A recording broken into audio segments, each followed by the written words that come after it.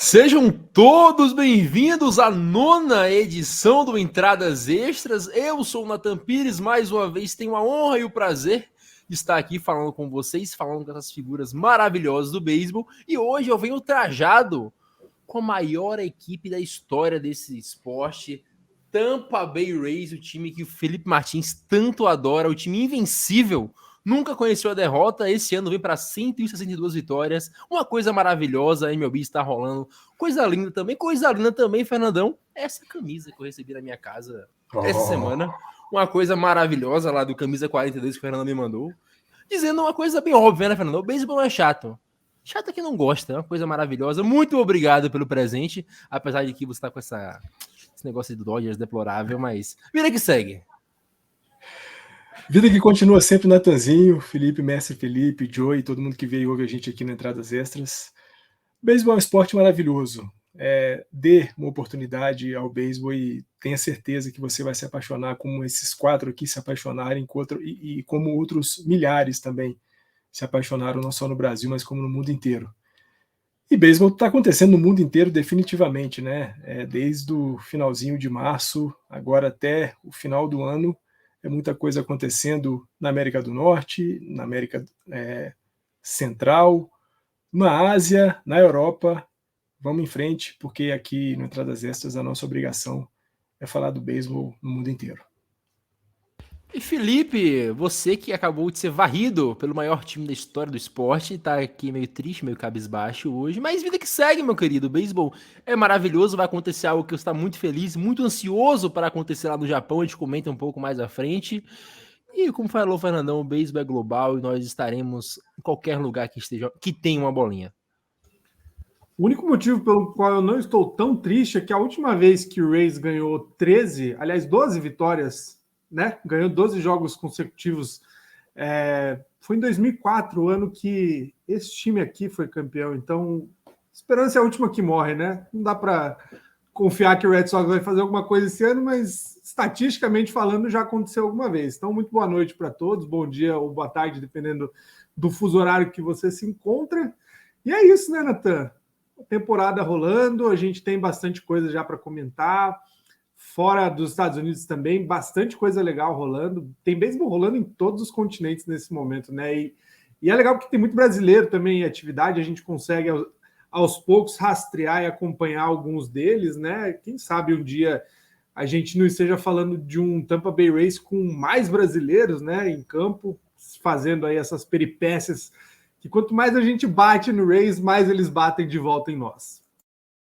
É isso aí, em contraponto ao maior time da história do beisebol, vou falar esse podcast inteiro hoje, nós temos João, né, Tasso Reds, que me proibiu de falar esse Cincinnati Reds hoje. João que não xinga, eu conheço o João há mais de um ano, eu nunca vi o João xingar, vi hoje, falando do Cincinnati Reds. Bom dia, João, boa noite, boa tarde, seja lá que hora você esteja escutando. Mas, quer dizer, para você só boa noite, mas para quem tá escutando aí, tanto faz. Por enquanto é só noite. Alguns dias tem sido só noite, tem sido só dia. Bom, já não é há muito tempo. Eu queria começar contando um pouquinho a história. Não sei se vocês conhecem o experimento do pato. Alguns pesquisadores juntaram vários patos numa gaiola, em gaiolas separadas, e tinha um botão. Nesse botão, quando eles apertavam, pisavam em cima, caía comida. Aí, só que eles não alimentavam de nenhuma outra forma, só quando eles pisavam no botão. Alguns patos começaram a perceber que quando eles faziam certos movimentos antes de pisar no botão, eles ganhavam comida. Não por ter feito movimento, por ter pisado, mas eles imaginavam que por terem feito certa coisa, abrir a asa, pisar um pouco mais força no chão, pular, era isso que fazia eles ganhar comida. Isso fez uma certa superstição entre os patos que fez eles imaginarem que fosse graças a isso que estavam sendo alimentados. Bem, é mais ou menos isso que o Felipe falou antes sobre o Tampa Bay Rays ganhar 12 jogos consecutivos. Sem me falar para vocês, o Felipe é um pato, assim como todas as superstições. Mas a gente não vai entrar nesse assunto, né? Cada um pode acreditar no que quiser, pode se agarrar na criança que preferir. No final, a verdade é um frio absoluto, onde não existe muita coisa onde fantasiar, florear. Mas a gente tá aqui, eu tô desse jeito porque o Reds me faz assim, né? Ver aquele L4 nos últimos, na streak de jogos é uma coisa realmente triste, né? Ver o bullpen cedendo 3 jogos pro walk-off é bem triste também. O ataque produzindo, o bullpen cedendo corrida a rodo. Eu quero falar logo de NPB. Eu não assisto beisebol japonês. Eu quero logo que a gente passe a parte do NPB, falar do beisebol do Japão, porque vai ser mais tranquilo de falar.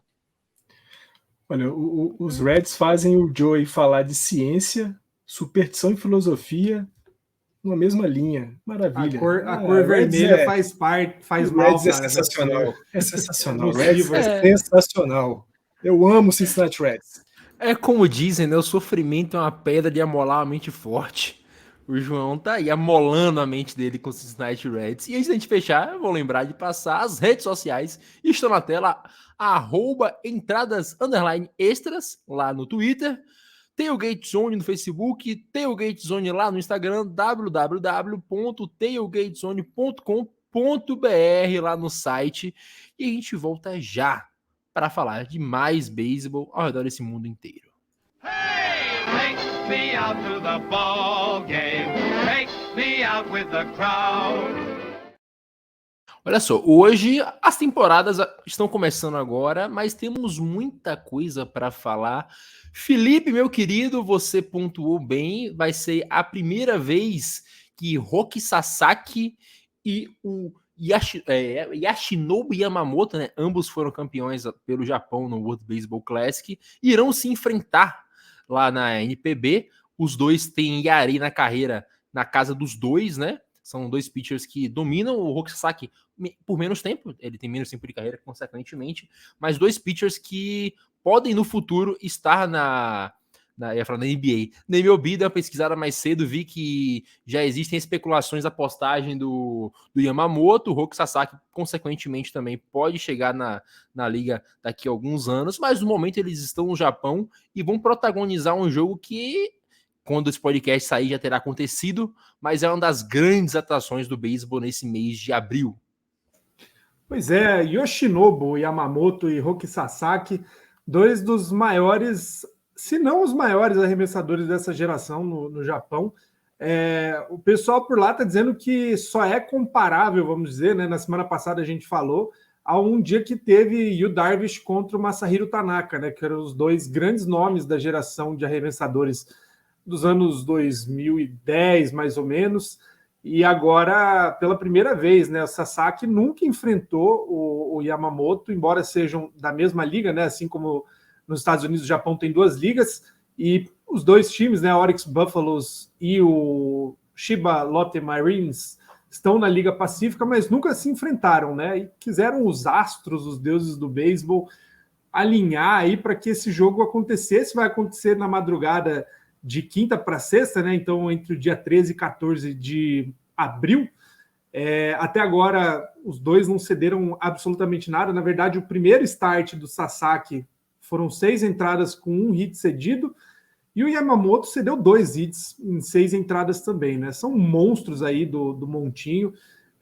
Quem assistiu o World Baseball Classic viu o potencial desses dois. O Yamamoto tem grande chance, inclusive, de não demorar tanto assim para vir para os Estados Unidos. Há quem diga que já nas próximas, ou talvez na próxima janela, já tem a possibilidade de postagem. O Sasaki realmente vai mais uns 4 anos aí, mas é figurinha carimbada aí, certo, que provavelmente vem para a Major League Baseball sim. Então é bom, quem puder, né, assiste o VT lá, porque acordar às 6 da manhã para procurar link Corsair é difícil pra caramba para assistir esse jogo, mas vale a pena ver os stats depois. Para a galera ter uma ideia, né, as apostas aí de corridas estão baixíssimas, né? Estão dizendo que quase não vai ter corrida nesse jogo. Né, Fernandão? A gente vê que eles são dois pitchers que fogem talvez um pouco daquela escola japonesa que não lança tanto strikeout assim. Eu tava dando uma olhada nos números, o Roki Sasaki tem 11.2 strikeouts a cada 9 entradas, o Yamamoto tem um pouco mais de 9. Os dois pitchers também cedem poucos hits, cedem poucos home runs. Então são dois caras que jogam para, aspas, força, né? Que é buscar esse strikeout, conseguir as eliminações na pura força. Então é um confronto sensacional de assistir para quem gosta de beisebol e principalmente para quem gosta de ver arremessador jogando. Natanzinho, Yamamoto me chamou muita atenção durante o WBC, né? A gente falava muito de Sasaki, a gente falava muito de Yu Darvish, mas o Yamamoto, quando precisou entrar nos Jogos do Japão, fez um trabalho brilhante. O Sasaki é um cara que ficou muito conhecido, né, aqui no Brasil, principalmente na temporada passada da NPB, quando ele conseguiu quase 2 jogos perfeitos consecutivos, né? Ele fez um jogo perfeito e no jogo seguinte, 8 entradas e 2/3 em que ele arremessou perfeito também, foi perder na última eliminação 2 jogos perfeitos consecutivos. Isso seria algo que talvez na história do beisebol mundial nunca tenha acontecido. Eu, pelo menos, não me lembro de alguém com jogos perfeitos consecutivos. De qualquer maneira, excepcional os dois arremessadores. Tanto Marines quanto Buffaloes não estão muito bem, pelo menos nesse início de temporada, né? Os dois da Liga Pacífico, 6 vitórias, 5 derrotas para cada um deles. Um ocupa a segunda posição, o outro nos desempates. O Marines ocupa a quarta, os Buffaloes ocupam a segunda posição na Liga. Mas a verdade é que a gente tem a oportunidade de amanhã, quando a gente acordar, ver os highlights dessa partida. E como o Felipe disse, né, a chance de que talvez, como você disse, Natanzinho, a chance de que talvez esse jogo termine no 0-0 é muito, muito possível, porque esses dois caras não vão dar muita sopa. Só uma notícia para os torcedores desse time aqui: um pouquinho antes da temporada do Spring Training começar, o Andrew Friedman e o Brandon Gomes, o presidente de operações de beisebol dos Dodgers e o general manager dos Dodgers, viajaram ao Japão para ver alguns jogadores, e Yamamoto é o cara com o nome eles voltaram na mala. É muito possível que o Yamamoto esteja na MLB na próxima temporada. Os Dodgers vão ser um dos times que vai brigar pelo jogador. Mas enquanto isso a gente vai curtir esses dois caras na NPB, porque esse é um confronto imperdível. Se a gente não conseguir ver ao vivo pelos Corsários, vejamos pelos links de highlights, porque vai valer muito a pena. Essa é uma coisa que a gente tem visto nos últimos tempos, quer dizer, desde sempre, que muitos jogadores japoneses preferem ir para a costa oeste, né, Fernandão, para dar a oportunidade dos moradores do Japão conseguirem assistir os jogos por conta do horário. Aconteceu com o Otani, com muitos outros. E, João, a gente comenta sempre, né, sobre o quão bizarro de outro mundo alienígena é o Andrew Painter, que com tão pouca idade já tá chegando na MLB. Eu acho que o Andrew Painter tem 20 anos, né? 21, um negócio desse. O Kyle Harrison do Giants também tá com 21, 22, tá chegando na liga. Pitchers tão novos que chegam, que é uma posição que demora muito do cara estar pronto, do cara estar formado, e o cara aguentar a pressão de estar no montinho o tempo inteiro. Toda jogada começa com você. Você pode entregar um jogo sozinho. Se o jogador de posição erra, ele vai entregar uma corrida. Você pode entregar várias e acabar com o jogo. E a gente vê o Sasaki tem pouco mais de 20 anos e o Yamamoto também, ambos com 19 anos já estavam jogando profissionalmente no Japão. Isso, para um pitcher, é muito novo.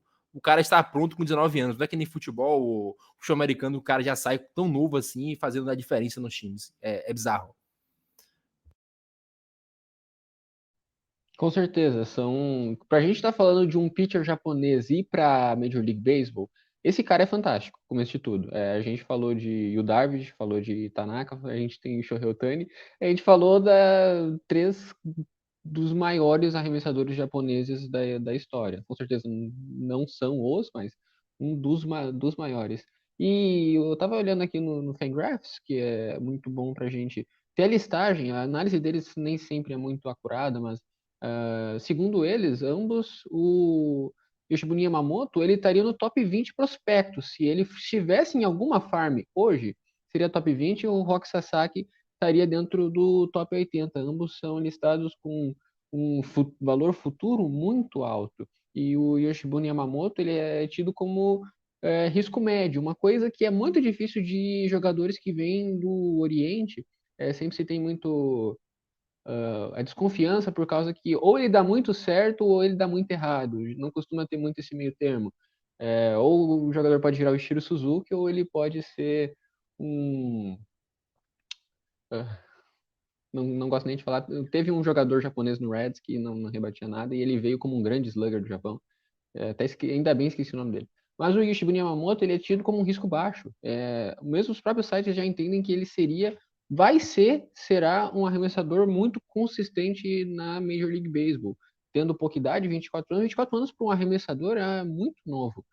Ter a maturação, ter o braço, ter o psicológico. O jogo de beisebol para um arremessador ele é muito estudo, não só a força, não só mecânica, não só a quebra da bola, muito estudo, estudar os adversários. E o Roki Sasaki ele já é tido ainda como um risco alto mas ele ainda vai jogar pelo menos mais 3 ou 4 anos no Japão. Então são dois jogadores que... O Roque Sasaki, ele tá com um WHIP, que seria basicamente a média dele, o que acontece por entrada, em 0.1. 0,124. A média de um jogador bom da posição, um arremessador bom, ele teria 1. Ele tem 1/10 da média. Então isso mostra o quão absurdo eles estão. Claro, jogaram 2 jogos, mas mesmo assim, 0,1 é absurdo em qualquer nível. Já o Yoshibune Yamamoto, ele tá com 0,42, ou seja, a metade da média, o que é muito bom. Quanto menor, melhor, nesse caso, para um arremessador. Mas é um dos duelos como a gente não vê há muito tempo de pitchers. Com certeza vai ser aquele jogo que vai até a 8ª entrada. Os times, o que a gente faz? Como é que eu vou rebater essa bola? Como é que ela fez essa curva? Coisas que a gente, de vez em quando, vê num jogo de Corbin Burns quando defende Alcântara, como teve há algum tempo atrás. Jogo que, inclusive, foi 1-0 por causa que entrou o bullpen depois que o Sandy Alcântara saiu. Isso no ano passado. Vai ser um jogo que, com certeza, é imperdível. Uma pena que, infelizmente, a gente vai ter que caçar link Corsário para assistir ele de madrugada. Mas vale o esforço se você ama arremesso como eu amo, porque é um duelo imperdível. E Fernandão, só um assunto aqui que não estava na pauta, mas me veio na cabeça. O João falou sobre os jogadores que vêm do Japão, que muitas vezes são ou 8 ou 80. A gente pode pegar o exemplo do Tsutsugo, né, que foi nos Pirates, não rendeu até hoje na liga. É cedo para falar ainda, mas o Senga tá, que é o japonês que a gente está de olho essa temporada, tá muito bem, obrigado, né? Foram 2 jogos, 2 bons jogos, 11 entradas, apenas 2 corridas cedidas. Tá jogando muito bem o Senga, o arremesso dele lá, a forkball, né? Que eu até comentei estranho. Ninguém lança mais esse negócio. Tá dando certo. No último jogo ele perdeu um pouco o controle no final, mas ainda assim tem dado certo. O jogador japonês tem sofrido talvez um pouco de demorar para se adaptar. A gente esperava que fosse acontecer com o Senga, né? A gente até comentou que se ele fizesse um ERA de 3.5, 3.8 seria excelente. Mas se manter assim, é claro, são 2 jogos, mas se manter assim vai ser uma baita de uma surpresa pro Mets essa temporada. Yoshitomi Tsutsugo, né, que quando veio do Japão era um grande slugger e de repente as coisas não deram muito bem. Sentiu muita dificuldade de se adaptar às bolas um pouco mais rápidas dos arremessadores da MLB. Mas o Senga, a gente falou bastante dele aqui, eu acho que no nosso primeiro episódio, né, quando a gente estava falando um pouco desses caras que viriam para a sua estreia e o dele, né, japonês vindo para a estreia na MLB. E a gente falou isso exatamente disso, né, Natanzinho? Se ele mantivesse uma média aí de 3,5 de ERA, ótima temporada, sensacional temporada.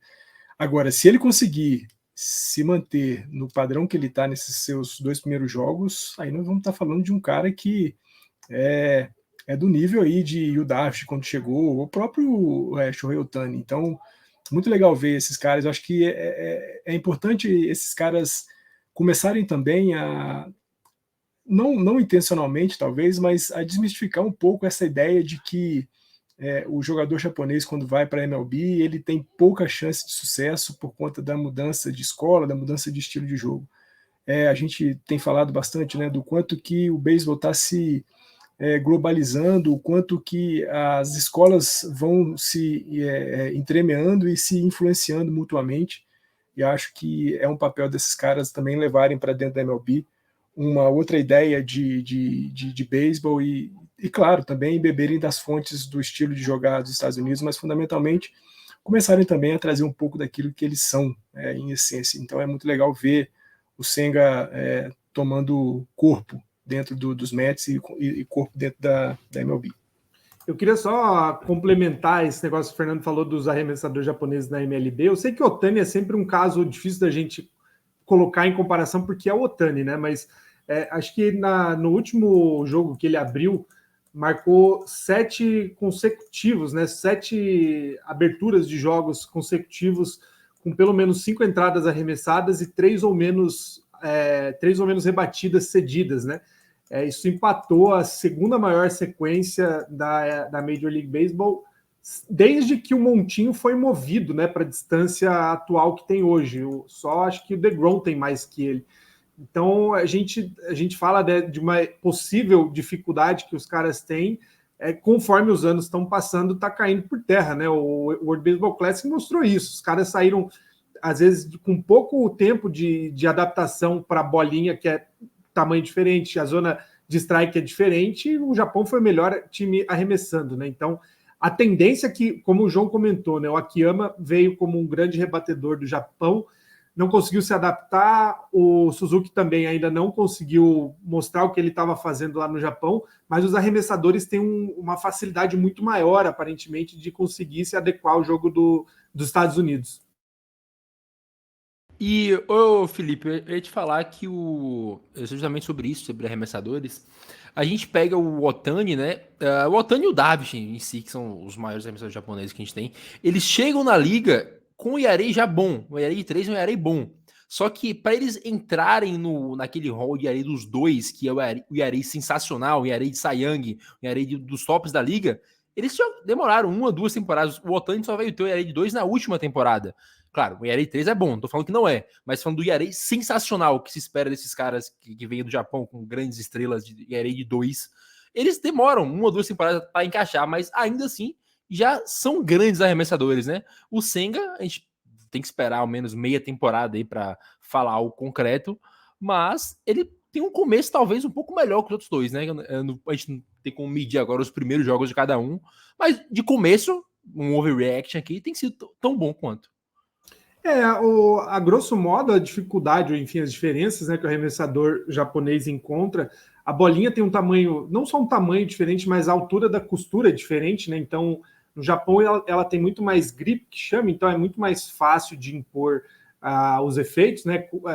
A gente vê aí do ano retrasado para cá, ou anterior até, quando a liga baniu de vez, né? A MLB baniu o chamado Spider Tech, que era o que dava aderência, né, na bolinha, fez com que muitos arremessadores perdessem por completa eficiência, né? O Glasnow caiu de rendimento, o Cole caiu de rendimento. No Japão acontece um pouco disso também. Quando ele muda aí a bolinha, tem bastante dificuldade, porque o forte do Japão, que é de fato gerar alguns efeitos, principalmente na fork, enfim, nessas bolas de queda, acaba diminuindo bastante. A zona de strike é diferente, então, se eu não me engano, nos Estados Unidos é um pouco menor. O Japão ele consegue pôr a bola em alguns lugares ali das margens, que seria strike no Japão e não é nos Estados Unidos. E também, principalmente, que é o tempo de descanso, né? O Japão tem um dia a mais, praticamente, que os arremessadores descansam entre um jogo e outro, os abridores, né? Então, o ritmo nos Estados Unidos é muito maior, com uma bola mais difícil de se arremessar, né? Então, o que você falou, o cara chegar e pelo menos manter essa média de corridas cedidas em 3 já é muito surpreendente, porque a dificuldade que o cara está enfrentando de um ano para outro não é incomparável com, sei lá, os caras que vêm das minors, que estão aí há 6, 7 anos, às vezes, desenvolvendo no mesmo contexto, né? Então, é realmente louvável aí que o Darvish faz, o Otani está fazendo, o Kenta Maeda voltou esse ano, né, depois de cirurgia, está jogando bem também. Kikuchi ainda não se encontrou, mas enfim, a gente tem vários exemplos aí de bons arremessadores que vieram do Japão e estão botando um ritmo legal aí de jogo.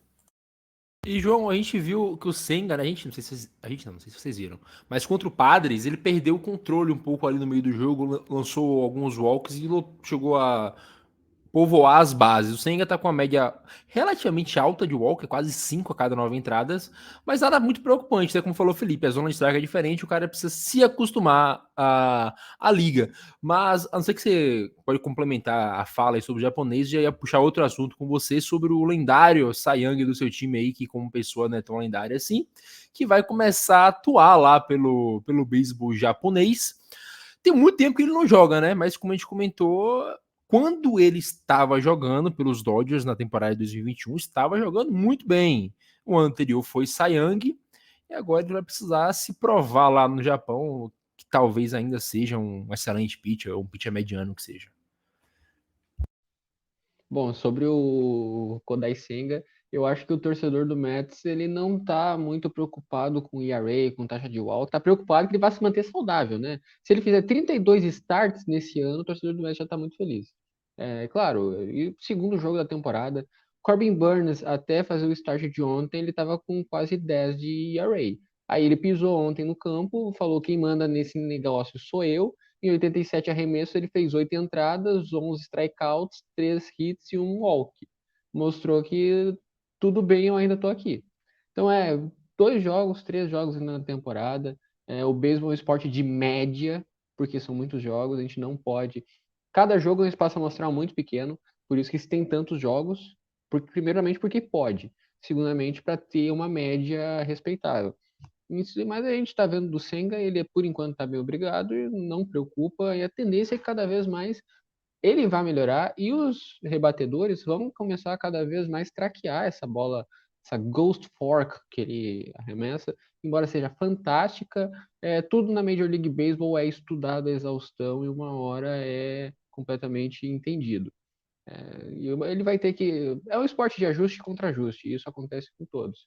Sobre o Trevor Bauer, o único arremessador da história do Cincinnati Reds a ter um prêmio de Cy Young, se vocês procurarem de 2000 até 2020, eu não preciso trazer esse dado, né? Porque a única coisa boa do Trevor Bauer, para pesquisar de 2000 a 2023, qual é o maior ERA Plus de um jogador não chamado Pedro Martinez, vai ser o dos Trevor Bauer jogando pelo Cincinnati Reds em 2020.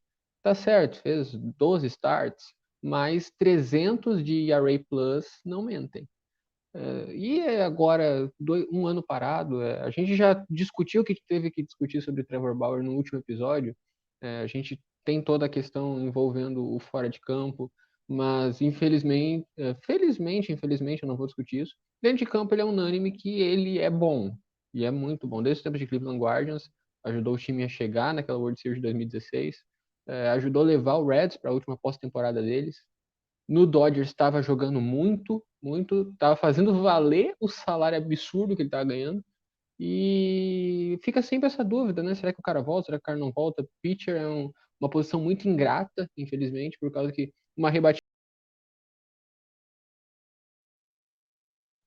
Cincinnati Reds é isso aí, caiu. Foi derrubado, mas volte. Volte feliz. É que Eu- você é eu Inter, pa- né? Tá acostumado a cair. eu parei aonde? Não, você tava falando aí do que o Do Bauer em impacto campo. do Bauer em campo, Isso. né? Ele vai ser um arremessador bastante sólido. A gente não tem o que discutir do talento dele. Ele estava valendo o salário o salário absurdo que ele está ganhando no Dodgers. Ele estava valendo cada centavo enquanto ele estava arremessando, porque ele é muito bom. A gente, como estava dizendo antes, só que vocês não ouviram, arremessador é uma posição muito ingrata, por causa que num lance acaba a sua carreira. Uma rebatida que você fica marcado por ter cedido alguma coisa. Harold Chapman pode falar melhor sobre isso, mas é um cara que com certeza vai ter muito impacto. Acho que o que a gente tinha para discutir sobre o impacto do Trevor Bauer a gente já falou. Agora a gente vai ver esse monstro entrando em campo. E vamos observar o que vai acontecer. E Fernandão, ele, como falou o João até deu uma inflada nas stats dele de 2020, que foram 11 starts e 284 de ERA Plus. Por favor, João. É triste, né, Fernandão, a gente pensar que a Big Red Machine, um dos maiores times da história do beisebol, só vem ter um Cy Young com esse sujeito deplorável, né? Mas é complicado de pensar algumas coisas assim. Mas no Japão, se ele se manter como estava na MLB, tem tudo para ser um grande arremessador lá.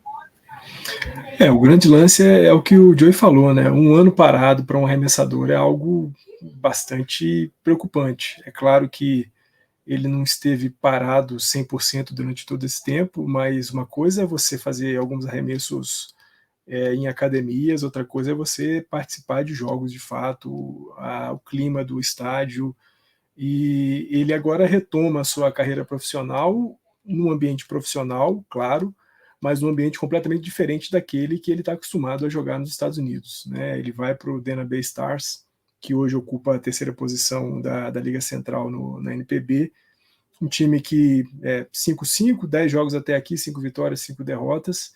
Ele não começa já atuando na NPB, né? Ele vai fazer alguns jogos naquilo que a gente conhece como minor, do time do Dena, e daqui, sei lá, talvez mais um mês e meio, até a gente ter o Trevor Bauer jogando e a gente poder ver a estreia dele como arremessador na NPB.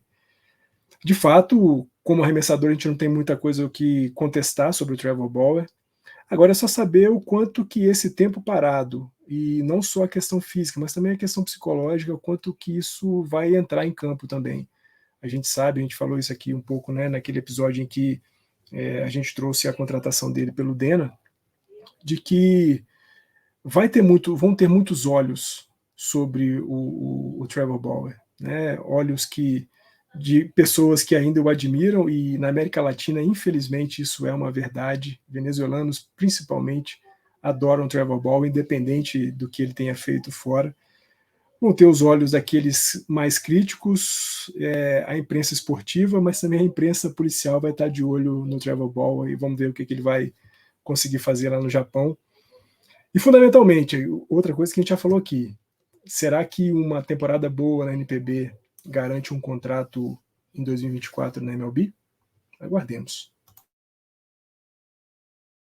Felipe, você tem algo que quer acrescentar sobre o Bauer ou vamos para a MLB? Cara, eu torço para que ele se redima aí na vida, viu? Porque, infelizmente, é o que a gente já falou, né? É triste ver que um sujeito desse ainda gera interesse. Mais do que do time, né? Porque o Bauer, semana passada, ou retrasada, lançou um fã-clube oficial no Japão e, cara, tem muita gente que gosta. Tem muita gente dos Estados Unidos que ainda defende a ideia de que ele é inocente, né? Triste. Só isso mesmo.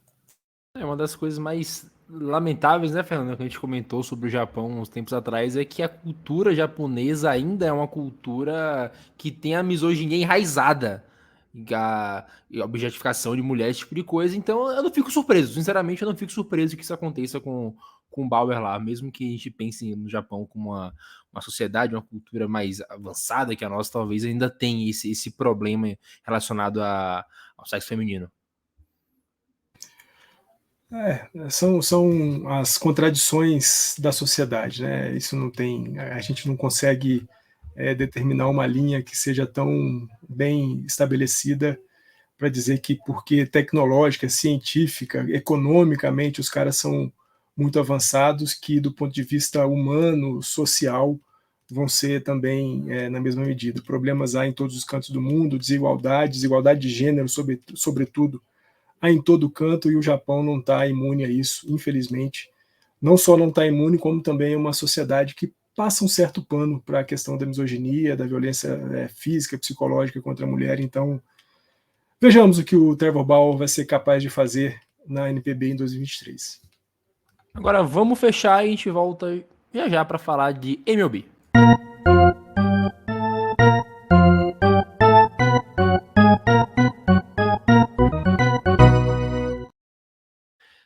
Antes de falar do maior time da história do beisebol, eu tenho que lembrar, Felipe, tá tendo um negócio aqui embaixo, para quem tá vendo em vídeo, apoia-se do TZ no PAN. Eu esqueci de falar no começo, o Fernando não me lembrou, não vi no chat. Mas estaremos, para quem não sabe, para quem tá morando em Marte, estaremos no Pan-Americano, cobriremos o Brasil em busca do ouro inédito. Todo mundo vai estar nessa festa linda, essa festa maravilhosa, fazendo a maior cobertura da história que o beisebol já teve nesse país. E eu digo sem medo, viu, Felipe? É a maior cobertura da história que o beisebol terá no Pan-Americano aqui no Brasil. E se você puder nos apoiar, tá aí, qualquer quantia será imensamente agradecida por nós, será de grande utilidade. No futuro teremos outras promoções, né, e faremos camisas e coisas mais, mas qualquer apoio tá valendo, Felipe, para realizar esse sonho, que não é só meu, não é só seu, é de todo mundo aqui, do Fernandão, do Joey, do Felipe Careca também, de todo mundo.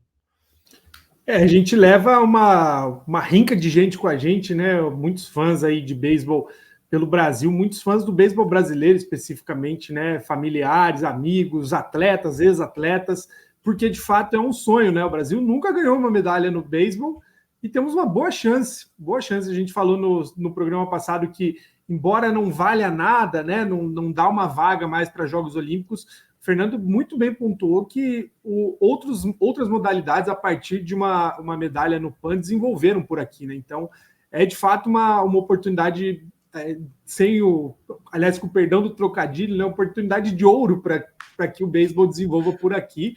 E já começou o treinamento lá dos pré-convocados. Primeiro 62 nomes, né, vão ser reduzidos a 28, se eu não me engano, 30, até agosto praticamente, setembro. Em outubro, o Brasil embarca, e a gente também, até Santiago, e acompanharemos lá o torneio, que por enquanto só tem 3 seleções classificadas, né? Faltam 5 ainda. Viremos em junho aí os rivais do Brasil. Por enquanto, só o país sede Chile e nossos vizinhos Colômbia, que, pelo menos em termos de América do Sul, aí já é uma grande pedreira para a gente. É isso aí, né, Fernandão? Como o Felipe falou, eu falei também, é um sonho de todos nós. Você certamente estará lá com a gente de corpo e alma para ver esse ouro inédito, prata inédita, bronze inédito, que seja. A gente vai comemorar e qualquer apoio vai ser necessário. Sem dúvida, o Natanzinho. Eu falei ontem, né, no Zonecast, que a gente gravei com o Felipe, com o Eric, com o Luquiba, de que, claro, é muito importante a ajuda financeira, né, e aí, o que você disse, né, a quantia que você puder nos apoiar vai ser de grande valor, mas se você não puder, nesse momento, contribuir financeiramente, pega aí esse link e distribua nos seus grupos, coloque na sua rede social, divulgue, diga que o Tailgate Zone, aqui o Entradas Extras, vão estar em Santiago em outubro de 2023, na cobertura full-time, integral da seleção brasileira de beisebol, não só a seleção brasileira de beisebol, mas também vamos estar falando de basquete feminino, masculino e mais uma outra modalidade que a gente ainda vai escolher. Então, você não pode ajudar com grana agora? Não tem problema nenhum. Divulgue, fale da gente, faça com que o nosso nome, com o nosso projeto chegue ao maior número de pessoas e, sem dúvida alguma, você já vai estar contribuindo demais para o nosso projeto, para o nosso sonho. É isso aí, vale lembrar que o projeto é totalmente independente, a gente está indo aí muito por conta de vocês e da nossa conta, então qualquer ajuda vale, você estará fazendo parte do projeto que, como eu falei, será a maior cobertura da história do beisebol brasileiro em um evento tão grande como esse é. João, vamos falar de MLB? Uma coisa maravilhosa, falar de Tampa Bay Rays, o maior time da história do beisebol. O Tampa Bay Rays, João, essa temporada, 13 vitórias, nenhuma derrota, o time não conhece o que é perder. Os caras lideram a liga em OPS, Slug, on-base percent, são o segundo em average. O time impulsionou 20 corridas a mais que o segundo colocado, bateu 10 home runs a mais que o segundo colocado, foi 10 ou 8, algo assim, que os Dodgers. Anotou 30 corridas a mais que o segundo time, tem o menor ERA da liga, é o time com mais shutouts, que são 4, o time que menos levou home run, com 6, é o menor whip, é o time que tem o menor average contra. Eu não tenho o que falar, é o melhor time do beisebol no momento, é o time mais quente, é um time que tem defeitos como todos os outros, mas até o momento impecável, sem nenhum algo pra gente falar contra. Eu queria saber em que momento eu perdi a atualização do mundo em que o beisebol virou o MLB The Show, que a gente tem D-backs liderando a divisão e o Tampa Bay Rays usando hack. Eu perdi. Quando é que foi isso? Foi antes do WBC? A gente não tem o que falar. O que eles estão fazendo é algo que a gente literalmente nunca viu. O último time a começar 13-0 foi o Milwaukee Brewers em 1983. Vocês terem uma ideia, aquele time do Milwaukee Brewers chegou na World Series com um dos melhores lineups da história desse esporte. Assim, o beisebol tem 150 anos. E aquele Milwaukee Brewers teve um dos melhores ataques jamais vistos. E vocês têm ideia de quão antigo isso é? O Milwaukee Brewers ainda estava na Liga Americana. Hoje eles estão na Liga Nacional. Já fizeram uma World Series contra o St. Louis Cardinals, aplicaram um no-hitter nessa World Series e perderam no jogo 6. Isso é Milwaukee Brewers. Mas agora a gente já está falando desse time azul, a gente está falando de outro time azul. O que o Rays vem fazendo, eles vêm aplicando o Moneyball, só que de um jeito que o Moneyball não é feito para ser, que é com muita corrida. O Moneyball desculpa, confundi com o Small Ball. Esse Moneyball ele tá funcionando tão bem. Os jogadores estão todos conseguindo rebater. Todos. Saiu estatística sobre do 1 ao 9. Se eu não me engano, o 3, o 5 e o 9 do lineup do Tampa Bay Rays lideram a liga e todos os outros estão no top 3 ou 4. Vocês verem como o time ele consegue chegar todo mundo em base. É um time que não é que o Vander Franco e o Arozarena carregam, não. Todo mundo ali está rebatendo. O único jogador que atualmente está com OPS abaixo de 160 é o Christian Betancourt, que jogou só 7 jogos. A gente já tá no jogo 12 da temporada, então ele não jogou tudo e ele tá com 96, que para catcher é um número ok. Seu catcher tem menos de 100, mas tem mais de 90, tá tranquilo ainda. E o que vem surpreendendo esse time é que os arremessadores, além de tudo, estão jogando muito bem. Jeffrey Springs está com um FIP de 1.4, Truls Rasmussen 1.1. Eu não vou estender muito na questão do pitching para ter outras coisas para o Felipe e o Fernando falarem, mas a gente pode ver como esse time está arrumando maneiras de ganhar jogos. Esse último jogo, o segundo da série contra o Boston Red Sox, o time começou perdendo. Esse último, começou perdendo e no meio do jogo conseguiu anotar várias corridas na mesma entrada, virar o jogo, aumentar a vantagem e levar para um final que eles conseguissem ganhar. O beisebol ele funciona muito como o xadrez. O xadrez é muito importante você dominar a questão da final do jogo. É no final do jogo que você vai, é a diferença entre você perder a partida, empatar a partida ou ganhar ela, sabendo dominar bem os finais. E até agora o Tampa Bay Rays não tomou corridas nas últimas entradas, pelo contrário, anotou sempre corridas e vem sendo o fator determinante. É um time que está conseguindo colocar distância, aumentar a distância e segurar, está conseguindo impor o seu ritmo, que o beisebol, o duelo mental, a parte mental do jogo, a parte da intimidação, quando você vê o seu adversário ampliando corridas e você não conseguindo correr atrás, isso deixa o time acuado e eles estão conseguindo jogar com essa parte mental. E, Fernandão, eu gosto sempre de citar como em números, né, o quão dominante é um time. E a gente pode confirmar o quão dominante é os Rays, além de tudo isso que a gente falou aqui. A gente falou muita coisa, já falei 1000 números, o João falou mais 1000 números, mas só uma coisa já garante essa dominância. Os caras estão 101-30 contra os adversários. São quase 70 corridas de diferença. Essa é a terceira maior marca da história da MLB nos 13 primeiros jogos e é a maior na era moderna do beisebol, né? É surreal o que os caras estão fazendo. E eu volto a falar, né? Vou comentar com o Felipe depois, a gente falou. Eu falei, ele concordou. Esse é o ano de queda dos caras. Complicado.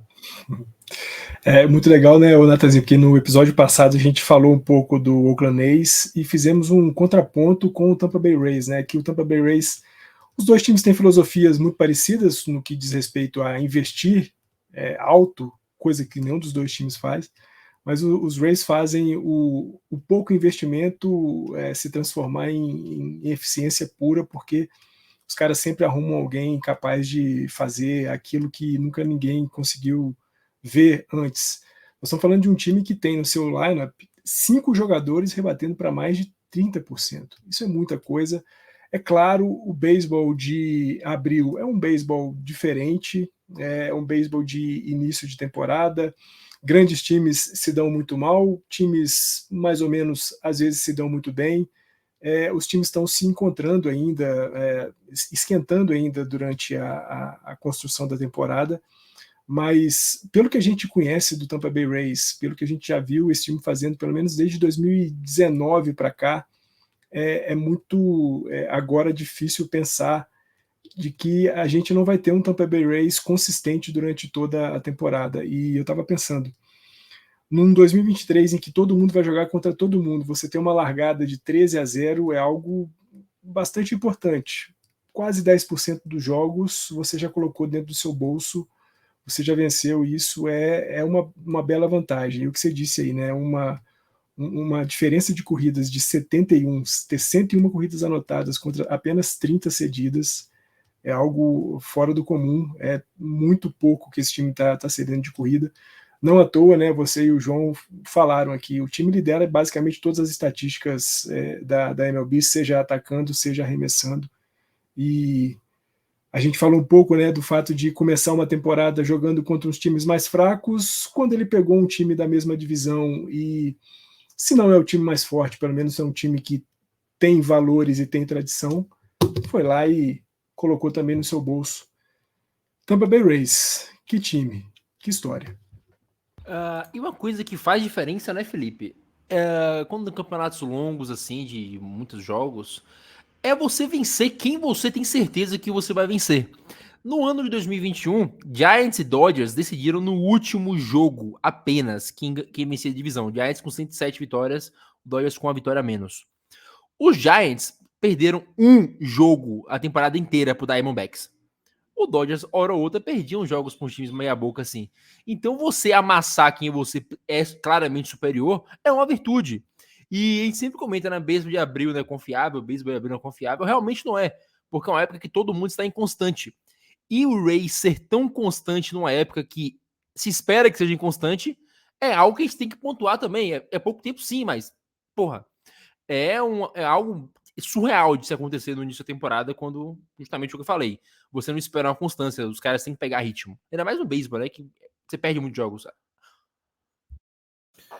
O que me surpreende do Rays, na verdade, é a forma como eles estão jogando, né? O João trouxe alguns dados aí. Tem um que acho que para mim resume muito o que é o Rays. O Rays tem mais home runs do que corridas cedidas. Então, esse time está imparável. Quem tristemente, né, torce para o Red Sox assistir o jogo de hoje é uma agonia, porque o Red Sox saiu na frente, a liderança durou quase nada, né? Já na virada, Rays empata, o Red Sox passa na frente, na quinta entrada, o Rays anota 7 corridas. E não foram corridas em home run, bola longa, é tudo rebatido, uma atrás da outra, gente em base toda hora. Cara, é surreal o que o time faz em campo.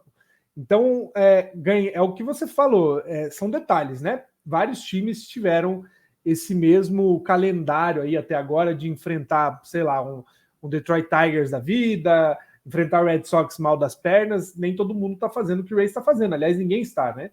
É um time que é superior. E aí tem um detalhe, né? Mais um detalhe. Os times da divisão leste da Liga Americana constantemente são superiores, né, em campo aos times de outras divisões da Liga Americana. O Rays tinha grande dificuldade dentro da divisão. Com a diminuição de jogos contra os rivais de divisão, a tendência é que o Rays seja ainda mais elástico. Então, se esse time continuar essa pegada, né, ainda mais com o Yankees irregular do jeito que às vezes está, né? Hoje a gente está acompanhando aos poucos, né? O Yankees tomou 9 corridas na primeira entrada. Cara, não tem exagero em dizer que o Rays de novo vai copar a divisão, coisa que acho que a última vez que aconteceu foi 2020, né? O ano que o Rays foi para a World Series. Assim, por mais rival que seja, eu gostaria de ver um Rays competindo até o fim, um time que vai chegar na deadline, fazer uma movimentação ao estilo do que foi trazer Nelson Cruz, alguém que realmente quer ganhar, né? Vai faltar talvez um nome aí, um grande nome. Tudo bem que o Rays traz muita gente da base, né? A gente viu pelo menos nessa série contra o Red Sox, foram 2 caras que tiveram o primeiro jogo da vida na Major League, né? Hoje o cara que fechou o jogo foi um jogador da base do Rays. Então a gente vê que conforme um ou outro machuca, um ou outro é trocado, surge gente ainda melhor, né? É a água e o suco de laranja lá de Tampa que faz isso, mas espero, né, que se o time for de fato manter essas aspirações de campeonato, que possam se reforçar em algum momento para de fato fazer um empurrão aí pelo título. E aí só um último detalhe, Nathan, que saiu depois do jogo, né, um pouquinho depois do jogo, uma matéria no Athletic falando de como o time está impactando, óbvio, né, os níveis de audiência da Bally Sports. O Rays nunca colocou tanta gente em frente à televisão como está colocando nesse começo de ano. Coisa de mais de 200 mil assistindo jogos. Esse jogo de hoje, se eu não me engano, ou aliás de quarta, foram os jogos mais assistidos do que qualquer outro jogo na temporada passada. Então, talvez seja um momento de fato de Rays virar uma chave que falta, né, de colocar a torcida dentro do estádio e ter gente de fato acompanhando esse time. E Natanzinho, só para falar um pouquinho da audiência da Bally Sports, vale lembrar, né, a gente comentou isso no Zonecast, o conglomerado que administra os canais regionais, a Bally Sports, um deles está em falência. E aí, de repente, ter resultados positivos pode ser uma oportunidade, quem sabe, de tentar atrair mais dinheiro para esse grupo e, se não se mantiver como a emissora aí regional de vários times na MLB, pelo menos salvar algum dinheirinho, porque afinal de contas os caras tomaram uma manta gigantesca por conta de acreditarem que comprando os direitos da Bell Sports, da Sinclair, que é a empresa que detém os direitos de transmissão das TVs regionais, fossem ganhar muita grana. O problema é que a redução dos assinantes de TV nos Estados Unidos foi algo muito, muito severo e acabou comprometendo demais a arrecadação dessa empresa e as coisas não foram muito bem. Mas legal ver que Tampa Bay está trazendo público, se não lá para a grande máquina de suco de laranja, mas pelo menos para a televisão, tá bem legal. João, você tá taciturno aí, quietinho, balada, batido magoado. Vou te chamar pra falar de algo que você gosta. Estatística, troca duvidosa e time ruim. A troca, né, que não se deu tanto do que falar, porque os times não são tão relevantes assim pro mainstream, de Pablo Lopes e Luiz Arraes, a gente pode falar que, a princípio, temos um vencedor claro dessa troca, né? O Luiz Arraes, cara, para você ter noção, o Marlins, com os outros jogadores, com as estatísticas do Marlins, sem contar o Luiz Arraes, eles têm .211 de average, .272 de chegada em base e .366 de slug e 70 de WRC ajustado. Incluindo o Arraes, as stats vão para .245 de average, .300 de chegada em base, .400 de slug e 91 de WRC ajustado. Se a temporada acabasse hoje, eu digo sem dúvida alguma que o Arraes seria o MVP. Ele tá rebatendo mais de 500%. Ele rebate mais da metade das bolas que vão até ele. Se você pegar desde 1990, nos 12 primeiros jogos, o Luiz Arraes é o sétimo com maior batting average, .537. O cara bateu o ciclo, o primeiro da história do Marlins. Eu tô apostando agora no jogo da MLB. Todo jogo eu boto que ele vai chegar em base. E todo jogo eu gabarito. É um dinheiro fácil de ganhar. Agora falar sobre o vencedor da troca, claro, o Arraes, ele o famoso nem Noé carregou tanto animal, porque o time do Marlins é um conglomerado de animal, um zoológico de Miami. Mas o Luiz Arraes fazendo exatamente aquilo que ele foi contratado. Todo mundo sabe que ele é um cara de contato, ele vai ser o cara consistente. Vai rebater 330 todo ano e vai ter 780 de OPS. É um jogador que ele é muito bom em botar a bola em jogo, mas ele não é um conhecido por ser um jogador de potência. A gente está vivendo uma fase da MLB onde esses caras não são tão valorizados. Se ele jogasse em 1980, ele ia competir para MVP. Hoje não. O que acontece ele está conseguindo, está jogando muito. O que vem para ele está rebatendo. Impressionante como como ele domina a zona de strike. Ele é o jogador que menos vezes teve swings errados na liga, até agora nesses 12 jogos. Isso é uma estatística muito importante entre aspas, né? Mas é muito boa para a gente ver o estilo do jogador. Um jogador que ele costuma ter muitos swings errados, a taxa de batting average dele cai. Batting average não é a única estatística para a gente medir a eficiência de um rebatedor, mas quando o cara está colocando 500 de batting average, que se dane o OPS dele. Ele tá rebatendo, ele está chegando em base. Eu queria pontuar dessa troca, claro, o primeiro ciclo da história do Marlins, uma franquia que, infelizmente, ela é um pouco piada da liga, porque ela, quando consegue fazer alguma coisa, ela destrói tudo. Destruiu o time que foi campeão em 2001, destruiu o time que foi campeão em 98. Eu queria destacar a troca com o Pablo Lopes. Até agora, o Minnesota Twins, que foi um time que, ano passado, ele não foi para não teve campanha positiva. Foi um time que bateu recordes de home runs em 2019. É um time que ele estava muito bem, mas ele não conseguiu ir longe por conta dos arremessadores starters. Tanto que fez trocas, trouxe Sonny Gray, trouxe Tyler Mahle do Reds, trouxe agora o Pablo Lopes, mas finalmente esse time está se encaixando. É um time que, até agora, nesses 12 primeiros jogos, está em top 5 em ERA para o corpo de arremessadores, que é justamente o que faltava para esse time. É um time que já rebatia, tinha o Luiz Arraes, tinha a bateria Luiz Arraes e Byron Buxton, ainda vai ter o Max Muncy, ainda vai ter outros jogadores que contribui muito para o ataque. O Minnesota Twins é um time que talvez seja bom a gente ficar de olho na divisão central da Liga Americana, por causa que Cleveland Guardians é um time que a gente conhece, White Sox é a barra da mediocridade, por causa que eles vão terminar 81-81 de novo. É o que a estatística mostra, né? Porque eles já estão com a campanha quase empatada. Mas o interessante disso, agora voltando para falar do Luis Arraez, é um pouco triste você falar que o resto dos 8 jogadores, se a gente somar eles seriam um jogador que a gente mandaria para Double A, né? É muito triste a gente pensar nisso, né?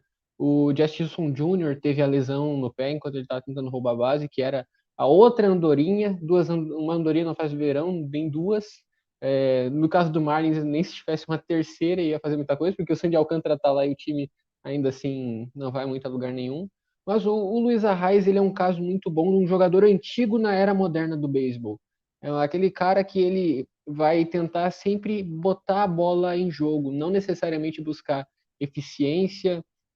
Claro, não dá para falar que o cara rebater 500 não é eficiência. Não vai buscar muitas bases na maior quantidade de at-bats possível.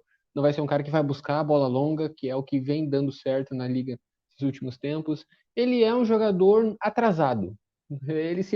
Ele tá 20 anos atrasado na liga e é bonito ver isso, ver esse confronto de gerações. Seria como se a gente tivesse o Ichiro voltando para a liga, um Pete Rose voltando a jogar. Inclusive queria que ele voltasse, mas é interessante a gente ver como ele vai se alocar, porque as estatísticas não mostram real contribuição e real valor dele. É um cara que contribui muito e é um segunda base que a gente tem que considerar muito sério, um jogador utilitário que vai múltiplas vezes ir para o All-Star Game, pode competir para, sei lá, Cy Young, e nesse momento, junto com o Sandy Alcântara, as únicas coisas boas que tem nesse time do Miami Marlins. Aí, Fernandão, o João falou, né, que queria que o Pete Rose voltasse. Eu acho que com esse boom aí de casa de aposta, é bem provável. Pode ser que aconteça aí no futuro. Mas falando sério agora, falando Pete Rose tá redimido agora. falando Opa, bota ele no Hall da Fama agora.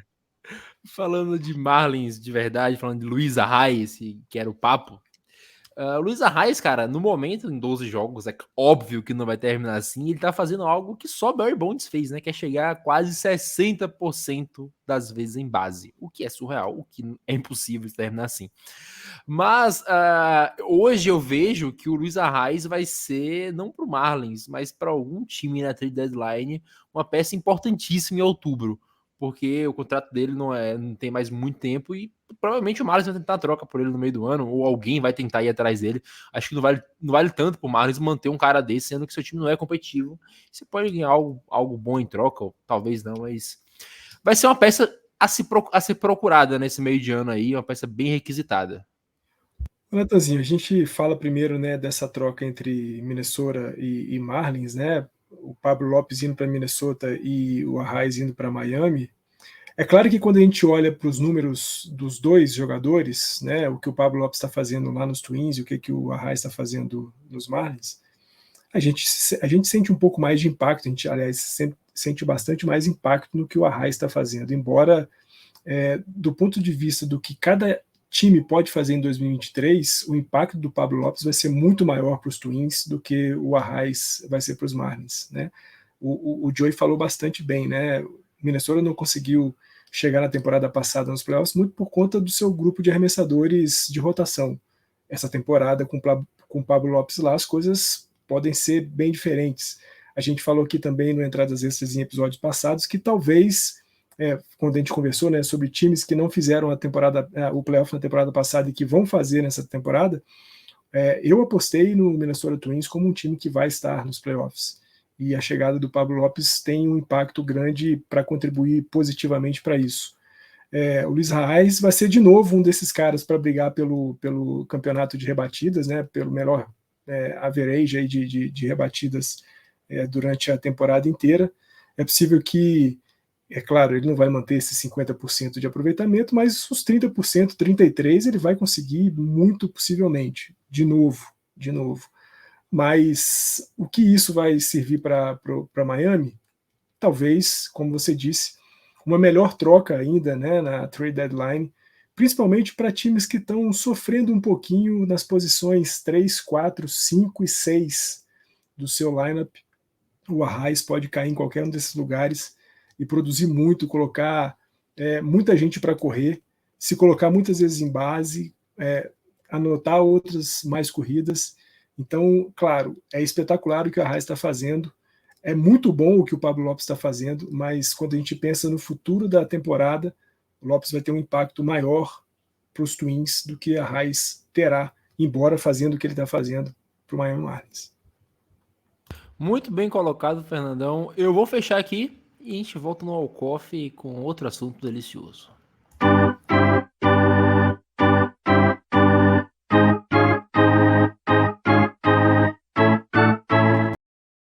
Cara, eu tenho pensado nos últimos tempos que o Walk-Off tem sido um tipo de divã. Toda semana alguém senta e conta o seu devaneio. O devaneio dessa semana é do Fernandão, né? Que alguém irá bater o recorde do Rick Renderson, ou alguém chegará perto, ou alguém roubará 100 bases essa temporada. A gente vai comentar um pouco sobre isso, debater um pouco. Para lembrar, né, Rick Renderson é o cara com o maior número de bases roubadas na história da liga, mais de 1.400, 3 temporadas roubando acima de 100 bases. E agora, com a mudanças de regra, há quem acredite, há quem anseie, há quem deseje que a gente veja um novo Rick Renderson e enxerga em Corbin Carroll talvez esse jogador, né, Fernandão? Você acha, você espera que sim? Pô, se fosse do meu desejo também, eu iria querer ver alguém roubando 100 bases. Pessoalmente não acredito, né? Vou puxar para vocês primeiro, depois eu entro também na conversa, mas eu vou começar com você. A ideia foi sua, o papo é seu e a casa é sua. O divã é seu, né? O divã hoje do devaneio do Walk-Off é seu. Natanzinho, é claro que a gente está muito impactado pelos efeitos que a gente tem visto da mudança de regra, né? Nunca se roubou tanta base quanto se roubou no começo dessa temporada. E é claro que isso se deve às mudanças de regra, né? E nem tanto pela ampliação da base. Isso é o de menos, né? 8 centímetros para aqui e para ali é muito pouco diante do efeito de roubo de base que a gente tem visto. Mas muito o pitch clock, o limite de pick-off, tudo isso tem ajudado muito aos ladrões de base. Por quê? O cara sabe que o arremessador tem 15 ou 20 segundos para fazer o arremesso. Quando está faltando ali entre 3 e 2 segundos para o cara arremessar, ele sabe o que vai acontecer. Então ele já larga com antecedência. Por isso os roubos de base têm sido tão comuns. Claro, a gente, há um tempo atrás, falava de temporadas espetaculares de 40 roubos, 40 home runs, depois 25 roubos, 25 home runs. Muito bom. Eu acho que a gente pode falar de uma temporada para ladrões de base, se não, Natanzinho, de coisas de 100, porque de fato é muito complicado sem roubos de base. Mas eu vou te dizer que esses caras mais velozes, esses ladrões mais experientes na arte do roubo de base, 60 roubos eu não vejo muita dificuldade para caras como Corbin Carroll, como Gunnar Henderson e outras figuras da MLB em 2023. Nós estamos falando de um recorde que para muitos é tido como um daqueles inquebráveis, né? Mas não sei, essa mudança de regra trouxe uma possibilidade de que esse recorde seja pelo menos acossado. Não sei se alcançado, mas acossado eu acho bastante possível. Claro, a maturidade do jogo, né, a partir da mudança de regras, ela também vai acontecer, estratégias vão ser criadas para que isso acabe diminuindo, mas que a gente está se divertindo muito com o que a gente tem visto nas primeiras semanas de MLB a partir da mudança de regra, tem sido muito legal. E vamos ver, eu acho que para um segundo colocado na história de roubos de base, o pódio está aberto. O primeiro é muito difícil, mas o segundo está aberto. E Felipe, a gente tem que levar em consideração algumas coisas também, né? O Rick Renderson era um cara que chegava muito em base, e se a gente for pegar a comparação de quantas vezes ele tinha aparições de plate, é muito alta. Se a gente comparar hoje com o Trey Turner, que é um cara que provavelmente é o cara que mais chega em base na liga hoje, que eu penso de cabeça. O Trey Turner tem uma temporada acima dos 700 aparições para rebater. E tem uma temporada com 300 chegadas em base. Porque pro cara roubar a base, ele tem que chegar em base. Isso é fato. E com a diminuição do tanto de que você chega em base e com a era que os jogadores são mais potentes, às vezes o cara já rebate e eu tô na segunda, então não tem como roubar. Isso, consequentemente, vai diminuindo o tanto que os caras roubam de base, né? A gente tem menos jogadores hoje, como falou o João, que é o caso do Arraes, que vão estar ali para rebater um 5 e chegar em base, rebater um 5 e chegar em base. Os caras cada vez mais rebatem para extra base ou coisas do tipo. Então, torna-se mais complicado estar ali para roubar base. É claro, a gente já vê mais roubo de base, mas eu acho que de mais pessoas, mais espalhados, mais variados. É o que eu acho. Eu acho que é o que o Fernando falou, né? A gente tem muita gente com mais chance de roubar base, né? E tá sendo mais fácil mesmo. Eu acho que assim, se tem uma regra que ela é necessária, né? Essa do pick-off, porque senão isso seria a quebra do relógio, mas ela deu oportunidade para jogadores que são lerdos e que sem habilidade de roubar base de conseguir, né? A partir do. Acho que são 2 pick-offs, né? Por ida ao bastão, algo assim. Depois o arremessador é obrigado a jogar para o home plate, não tentar o pick-off. Então, todo rebatedor que está em base sabe que depois de 2 tentativas ele vai ter um passe livre praticamente para tentar roubar a base. A gente está batendo níveis, óbvio, no começo do ano, mas níveis históricos aí de eficiência, né? A marca, acho que de 2012 foi... Não, 2022, que foi do ano passado, tinha uma média, a gente terminou o ano com 74% de eficiência em roubo de base. Essa média já passou de 80%, né? 80 é a marca, vamos dizer, a linha mestre, vamos dizer, aí, da MLB para calcular esse tipo de coisa. Alguns nomes nessa toada, né, que a gente falou de gente que chega sempre em base e que tem chances, a gente tem, por exemplo, o Acuna Jr. e o Bobby Witt Jr., são jogadores que constantemente estão batendo para não só para potência, né, mas para chegada em base, e são potenciais roubadores de base. O Baseball Reference colocou uma projeção de 21 bases roubadas para o Witt Jr., ele já está com 5, então vai ser pulverizado aí qualquer projeção feita em roubo de base, pelo menos, porque jogadores rápidos vão correr base. O jogo está muito mais de contato, né? Tem muito mais hits acontecendo, muito mais rebatidas, muito mais gente chegando em base. Praticamente todo jogador com mínimo de velocidade vai tentar esse roubo, né? Então, também não sei se o recorde do Henderson vai ser quebrado e se não vai ser tão cedo, porque acho que a gente precisaria de alguém muito bom rebatendo e muito rápido, já começar o ano numa regra nova, né? Coisa que a gente não teve esse ano, né? Então, talvez uns 5 anos, 10 anos comecem a surgir esses jogadores, agora que o beisebol está mudando a cara, né, a forma de jogar, ter mais gente priorizando rebatidas, né, essa quebra do que antes existia, que era o shift. Então, mais gente tentando botar a bola em lugares específicos do campo, tentando chegar em base para daí ter a oportunidade de correr. O fato é, os times vão correr mais, isso é algo que já está sendo comprovado, né? A gente nunca teve tanta base sendo roubada no começo do ano, como o Fernandão falou, a média de eficiência está alta. Resta saber como que os times vão se adaptar a essa realidade depois de tanto tempo investindo em rebatedores de potência. Ô Natanzinho, só para poder falar rapidamente, né?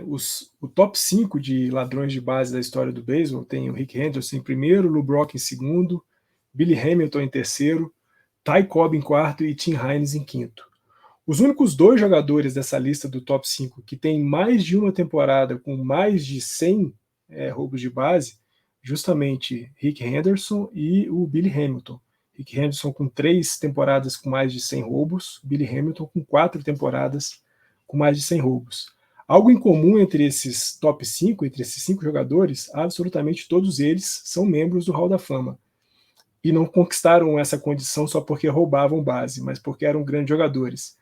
Eu acho que também é uma condição importante da gente poder analisar daqui para frente caras que possam ser grandes ladrões de base, mas precisa também ser grande jogador.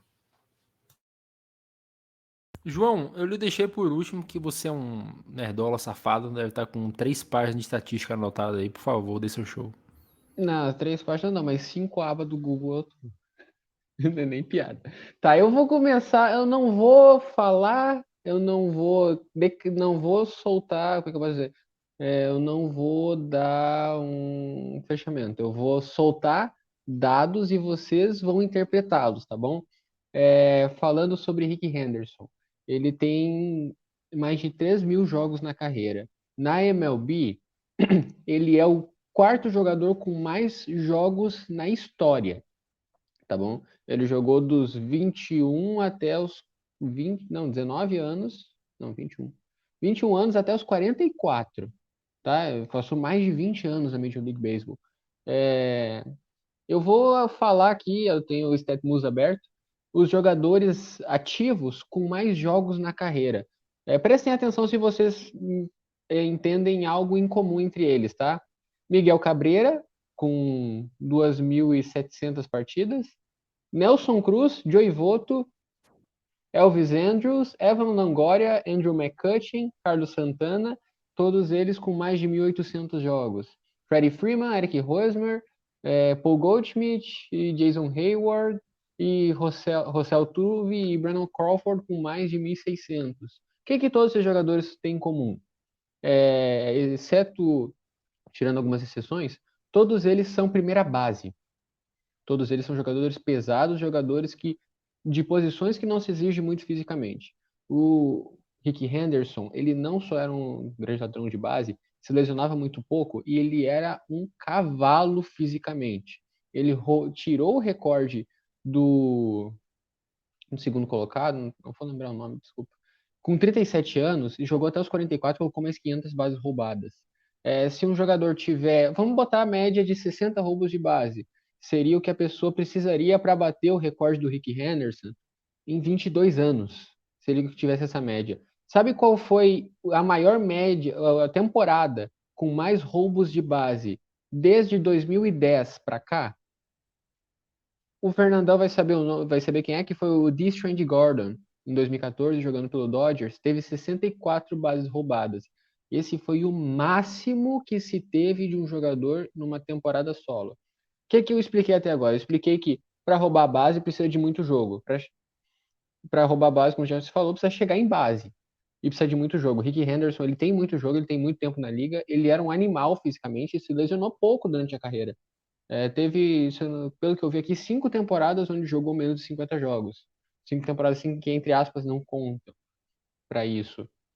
Falando sobre os Ô, jogadores... João, só complementando o que você falou, o Rick Henderson, ele tem 1.400 bases roubadas. O Lou Brock, de tentativas, tem menos do que ele tem de bases roubadas. O Lou Brock tem, que é o segundo, tem 245 de tentativas. O Henderson tem mais de conseguidas do que tentativas do que o segundo. Isso, então estou falando tudo isso para a gente perceber uma coisa. Rick Henderson é inalcançável, é um recorde que a gente pode praticamente passar a fita, que é inquebrável. Eu falei que eu não ia dar nenhuma afirmação, eu acabei dando uma, mas é que o recorde do Rick Henderson, ele é praticamente inquebrável. Mas a gente então vai focar num jogador chegar nesse segundo spot. Nesse ano de 2023, a gente está tendo uma média de 0,69 tentativas de roubos de base por jogo. Isso está abaixo de todos os anos dos anos 90, 80, 90, 2000 e para baixo. Só se começou a ter poucos roubos de base recentemente. A temporada está tendo muitos roubos de base comparado com as anteriores, que se tinha ainda menos. Proporcionalmente com a história da liga, a gente ainda está com poucos tentativas de roubo de base. Está tendo muita eficiência. Aí a gente vai chegar no ponto que as regras estão influenciando, então o jogo está mais propenso a ter o roubo certo, não tanto tentativa. A gente começa a analisar esses números. Claro, a gente não tem como dizer exatamente quando esse recorde vai ser batido. É uma coisa que a gente quer que que aconteça, de um jogador chegar nessa marca das mais de 900 bases roubadas, mas o ponto a gente pode lembrar do Jesse Wilson Jr., que aconteceu agora há pouco, então exemplo que está recente na memória de todos. Roubar a base é um risco. Muitos managers encaram isso como um risco. A temporada de 162 jogos do beisebol, ela é muito maçante fisicamente para o corpo. Ela é uma temporada que exige muito do preparo, exige muito do descanso. Um jogador dando um slide mal feito, como o caso do Oneil Cruz, tira ele de 8 a 10 semanas, tem muito manager que não vai querer isso. O Jesse Wilson Jr. vai perder 4 semanas, muito manager não vai querer isso. Então, Corbin Carroll, Bob Witt Jr., vai roubar a base, mas daí o manager vai falar, dá uma segurada aí, próximo jogo não tenta. Vai ter os treinadores querendo que isso não aconteça. Porque muitos podem imaginar que a relação custo-benefício seja muito alta. Então, estamos numa era moderna diferente do beisebol, onde a gente não vai ter tanta tentativa, mas as tentativas vão ser um custo de oportunidade bom. Como se diz, quando tiver 2 pick-off, quando tiver com um catcher lento e a contagem já está chegando no final. Não imagino que esses recordes sejam alcançáveis, mas eu imagino que gradativamente mais jogadores e mais vão ter mais roubos de base. O que a gente está vendo é um pouco assustador porque a gente está ainda no início, então a gente ainda não tem um tamanho real do impacto dessas novas regras. O que a gente está vendo é que o beisebol está um pouco mais divertido. Sobre algum jogador bater o recorde do Rickey Henderson, dá para esquecer. O recorde do Lou Brock, talvez daqui muitos anos, mas o roubo de base tem um peso muito diferente do que tinha no passado, e no futuro pode ser que ainda tenha um peso ainda mais diferente. O que a gente sabe é legal demais ver um cara roubando base. Legal mesmo ver um cara sendo pego. Eu gosto mais dos catchers. Mas, Fernandão, agora vamos para nosso walk-off de verdade. Vamos dar o nosso swing. Começando com você. Alguém bate 100 home runs? 100 roubos de base? O Natanzinho, a gente vai ver. Vamos ver, sim. 100 roubos de base nessa temporada. Meus 3 palpites ficam com o Trea Turner, com Gunnar Henderson e com Corbin Carroll. Esses 3 caras vão dar o que falar.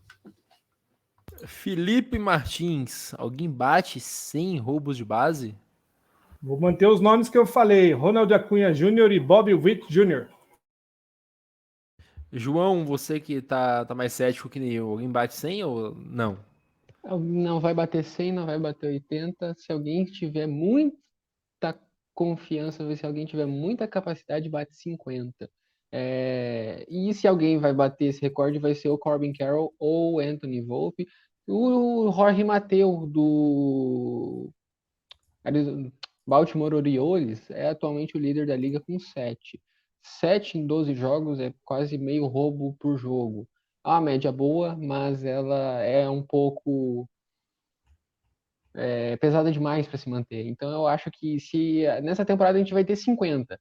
100 a gente vai ver para os próximos anos se alguém vai conseguir ser maníaco ao ponto de roubar 100 bases, coisa que não acontece há muito tempo. Eu tô com o João, eu acho difícil, tá? Alguém roubar tantas bases assim, eu acho que não vai chegar nem a 70. Mas se alguém fosse chegar, eu acho que eu apostaria no Starling Marte, não sei. Gosto dele roubando base. Mas mesmo assim, eu acho que não chega nem a 60, talvez nem a 70. Mas tô com o João. Eu tenho mais uma estatística aqui que eu esqueci de falar. Jogadores ativos na liga com mais bases roubadas na carreira. Essa é boa. Manda aí. Elvis Andrews, que tá, acho que no Chicago White Sox, tem 337 e lidera a liga. Em segundo tá o Starling Marte, que tá no Mets, com 318. José Altuve, com 279. Trea Turner, com 233. Andrew McCutcheon, com 208. É isso aí, o Mike Trout tá no top 10 também, né? Mike Trout é o 7º, com 204. É isso aí. Agora, vamos lá, fechar o podcast aqui agora com nossas apostas. Eu e o João discordamos, Fernandão e Felipe estão aí confiantes nisso. A gente vai ter a mesa dividida no final do ano. Fernandão, meu querido, sempre um prazer inenarrável, imprescindível, maravilhoso, um prazer tão delicioso gravar esse podcast aqui. A gente se vê na próxima semana falando de mais beisebol aí com o no-hitter do Giants que vai acontecer segunda-feira que vem. Natanzinho, você sempre me faz terminar com belos sorrisos. Um dia me chamando de lindo, outro dia falando de no-hitter dos Giants, então isso é maravilhoso. Sempre muito bom estar com você, estar com o Mestre Felipe, com o Joey, com todo mundo que vê e ouve a gente aqui no Entradas Extras, e como eu sempre digo, né? Onde tiver uma bolinha de beisebol voando, lá nós estaremos. Nos ajude, apoia.c/TZNopan 2023, em outubro nós estaremos lá. Felipe, meu querido, a gente se vê semana que vem, né? A gente deve ter alguma novidade a mais nessa semana aí, soltando nas redes. Mas fica sempre o recado, apoia a gente. Para você que está ouvindo aí, saiba que pela primeira vez em 30 anos, o Brasil volta a ter luzes em um estádio aqui, então talvez em breve a gente volte a ver jogos, né? Essa é a grande novidade da semana, logo traremos mais informações, mas estádio do Bom Retiro, lá em São Paulo, finalmente colocaram holofotes naquele lugar. Quem sabe em breve a gente veja jogos rolando aí, talvez, não sei se da Liga Brasileira, né? Porque a gente ainda não tem de fato uma liga, mas abre precedente para receber mais jogos aí, mesmo que sejam comemorativos, já está muito mais válido do que a gente tem hoje. Valeu, gente, até a próxima. Talvez não da Liga Brasileira, a gente pode receber um jogo inferior, assim, um Reds e Pirates, talvez, né, João? Pode ser que aconteça aqui, esses times de baixo escalão, a gente pode ficar na torcida de esperar algo no futuro. Mas é sempre um prazer caçoar a sua cara e ouvir as suas estatísticas aí. Adoro, é uma maravilha. O Reds está ganhando 5-2 do Phillies e está com 89,4% de chance de ganhar esse jogo. É a melhor probabilidade que eu vejo essa semana. É impressionante que o Nick Castellanos sempre tem um RBI contra o Reds, né? Ele deve sentir muito ódio do dono do Reds, do jeito que ele chutou ele de lá. Até que enfim, o Reds está ganhando um jogo. Felipe, um grande prazer estar aqui com você. Eu não sei como é que você sabe tanto da Liga Japonesa, isso é uma coisa que eu admiro muito. Fernandão, sempre muito bom estar conversando com você, falando sobre beisebol. Natan, vai se catar. Uma boa noite para todos. Uma última informação, Natan, que a gente ficou de falar mais cedo. O Fernandão está me lembrando aqui na imagem. Hoje faz 69 anos da estreia de ninguém mais, ninguém menos que Hank Aaron, um dos maiores a ter pisado num campo de beisebol. Isso aí, também conhecido como o homem que está atrás de Barry Bonds. Mas, sem brincadeiras à parte, que a torcida do Braves gosta de fazer isso com o do Giants, então eu tenho que provocar também. Mas, grande jogador, grande carreira, grande homem. Nos vemos na próxima semana para falar mais de beisebol, trazendo algumas coisas que ficarem abertas hoje, como o confronto do Sasaki com o Yamamoto, e algumas coisinhas a mais, Trevor Bauer e afins. Um beijo a todos, nos vemos na próxima semana. Um abraço